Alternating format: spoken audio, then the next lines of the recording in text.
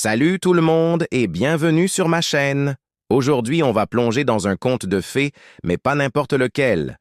On va parler d'un personnage que tout le monde connaît, qui a hanté nos cauchemars d'enfants et qui pourtant est bien plus complexe qu'il n'y paraît. Vous l'avez deviné? On va parler du grand méchant loup.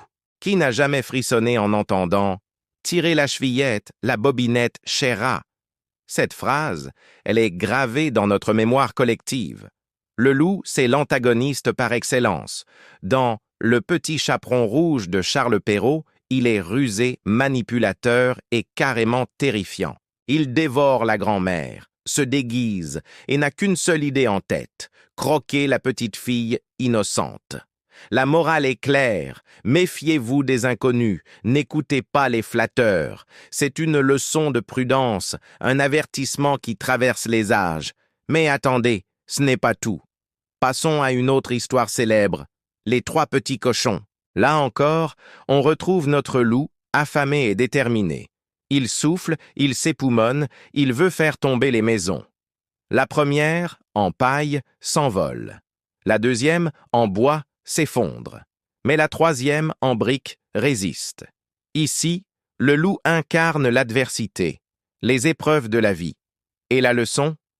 Le travail acharné, la prévoyance et la solidité finissent toujours par payer. C'est une métaphore puissante sur l'importance de construire sa vie sur des bases solides.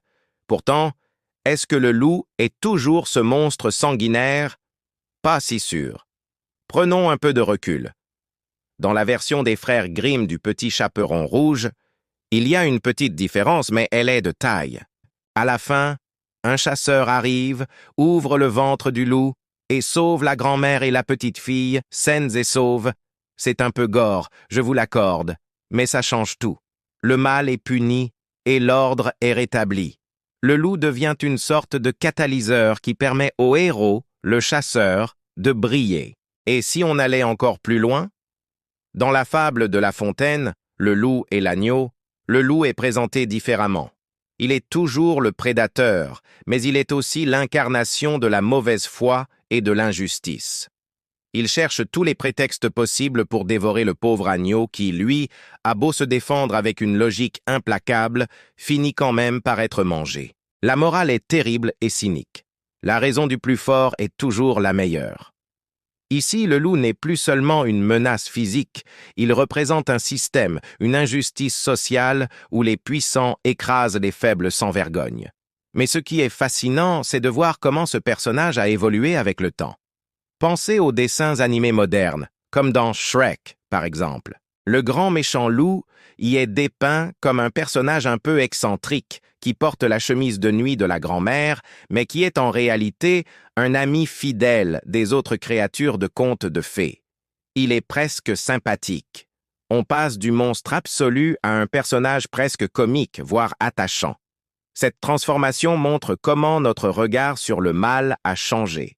On aime nuancer, trouver des circonstances atténuantes, comprendre les motivations. Pourquoi cette évolution?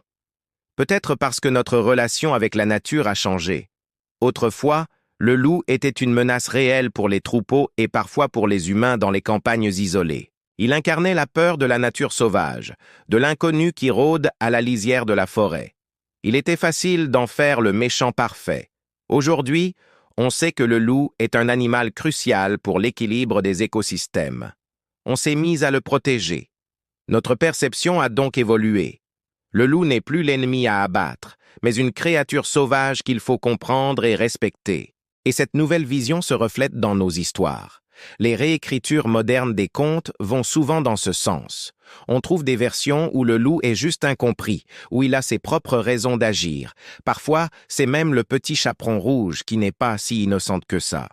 Ces nouvelles versions nous invitent à questionner les certitudes, à ne pas voir le monde en noir et blanc. Le méchant a peut-être sa propre histoire, ses propres souffrances. C'est ça, la magie des personnages comme le grand méchant loup. Ils sont un miroir de nos propres peurs, de nos sociétés et de leurs évolutions. De la brute épaisse à la victime d'un malentendu, en passant par le symbole de l'injustice, il a porté tous les costumes. Il nous rappelle que les monstres ne sont pas toujours ceux que l'on croit, et que derrière chaque histoire, il y en a souvent une autre, caché, qui attend d'être raconté. Finalement, le grand méchant loup, c'est un peu le premier grand méchant complexe de notre enfance. Il nous apprend la prudence, la résilience, la méfiance face à l'injustice, et aujourd'hui, il nous apprend même l'empathie et l'importance de regarder au-delà des apparences. Un personnage incroyablement riche, vous ne trouvez pas? Et vous, quelle est votre version préférée du grand méchant loup? Le monstre terrifiant ou l'incompris au grand cœur? Dites-le moi dans les commentaires, j'ai hâte de lire vos avis. Voilà, c'est tout pour aujourd'hui. J'espère que ce petit voyage au cœur de la forêt des contes de fées vous a plu. Si c'est le cas, n'oubliez pas de laisser un pouce bleu, ça m'aide énormément. Et surtout, abonnez-vous à la chaîne et activez la cloche pour ne manquer aucune de nos prochaines explorations. Merci infiniment de m'avoir écouté et je vous dis à très bientôt pour une nouvelle vidéo. Ciao!